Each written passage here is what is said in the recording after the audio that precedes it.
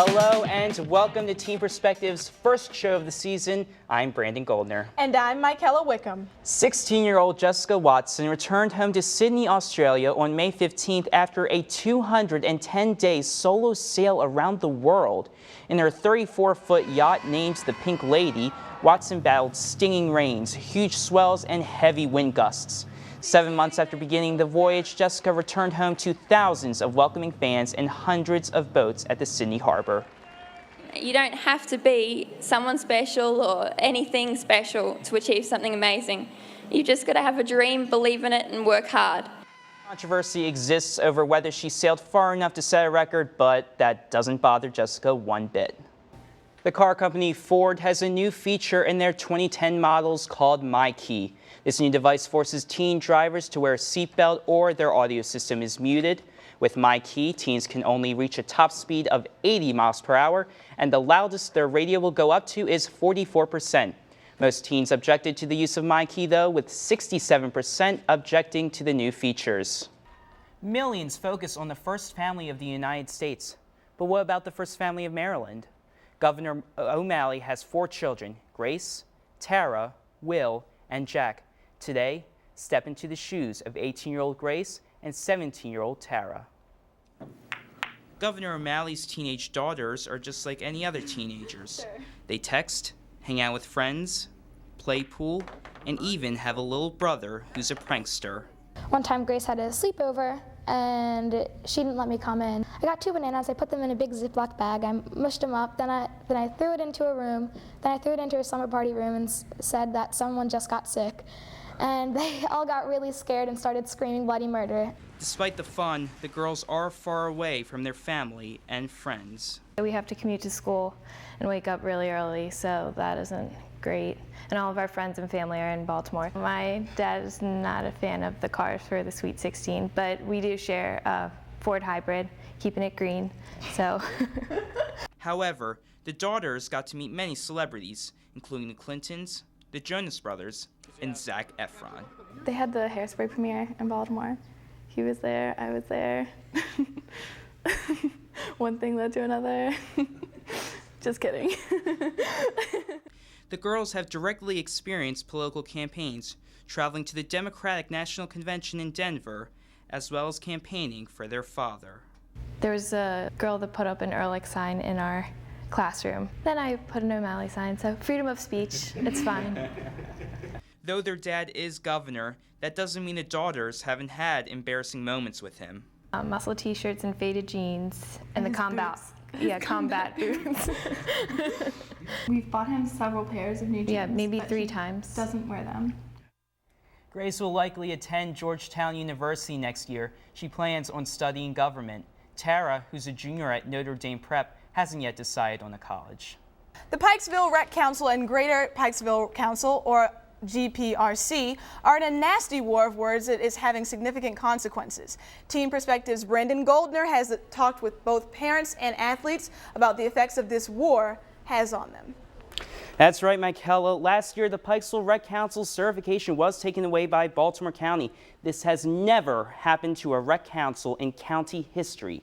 Now, Pikesville Rec and the newly certified GPRC are in a fight that could affect 5,000 young athletes.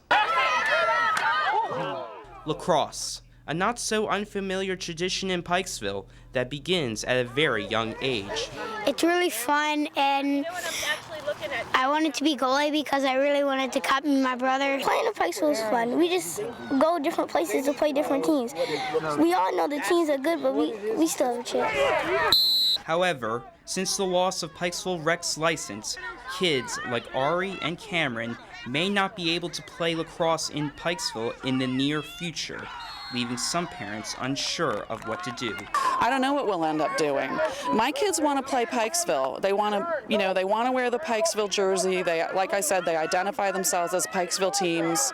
Baltimore County decertified Pikesville Rec for financial improprieties and failing to provide information to the county on time, something Pikesville Rec President Mark Horowitz denies. Absolutely not. Absolutely. We've given every piece of paper to the county. They found nothing wrong. The state's attorney in Baltimore County gave us the stuff back and said, I can't find anything wrong. 1, 2, 3, For the first time in 15 years, the Lax Max tournament, one of the world's largest lacrosse tournaments, won't be played in Pikesville. The tournament, as well as regular non-tournament games, are having trouble getting fields in Pikesville.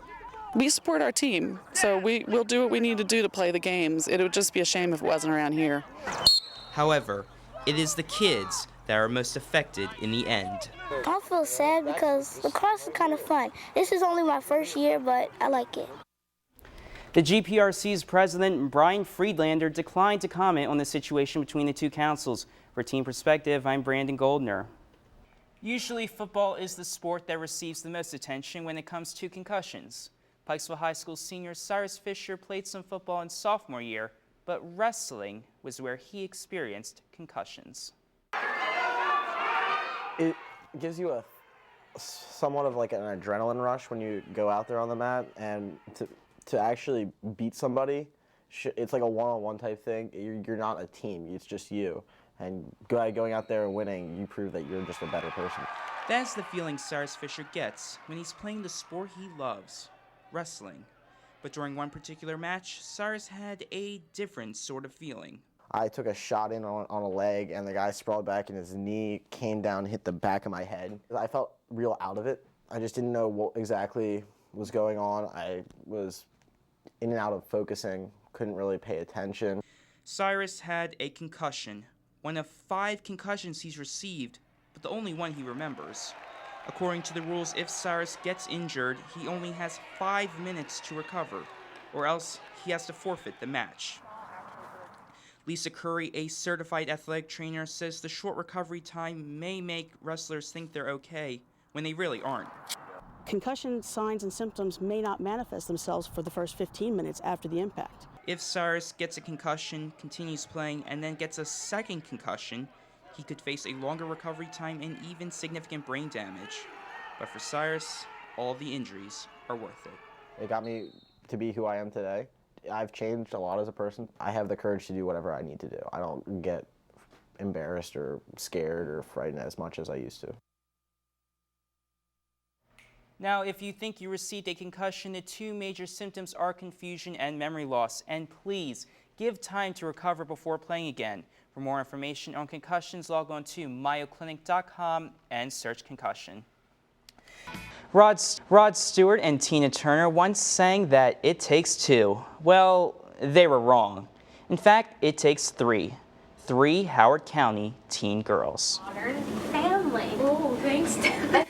When listening to these 3 girls, it seems they've been friends for a long time. However, they only met each other back in September, united by a common cause. I didn't really know how to react to it because I never really thought it would happen. It was difficult to make sense of the situation, I guess. I didn't really get the full concept of it. It was hard, and it was a hard point in my life. Deborah's mom, Kelly's mom, and Kara's dad each had cancer. Through these experiences, the girls were inspired. They formed a group to support teens who have a parent fighting cancer. We're all there for each other. We all know what each other is going through, so we don't necessarily need to, sit down and talk about it. So we all play games and are united that way and connect that way. The girls connect with teens similar to them through Facebook and school. The guidance counselors have been a big part of it. They've helped us with the background and what kind of group it should be, whether it should be a closed or open group, and they've also helped refer people to our group. Oh my gosh, Deborah! And through these 8 months together, the girls have become the strongest of friends. We're all close. We always make fun of each other. We love each other, and I don't know, I'm just glad I met them because whenever I'm not strong, I can kind of lean on them to get me through whatever I'm going through. Teens Together meets on the 3rd Sunday of every month from 2 to 4 p.m. For more information, email teenstogether@gmail.com.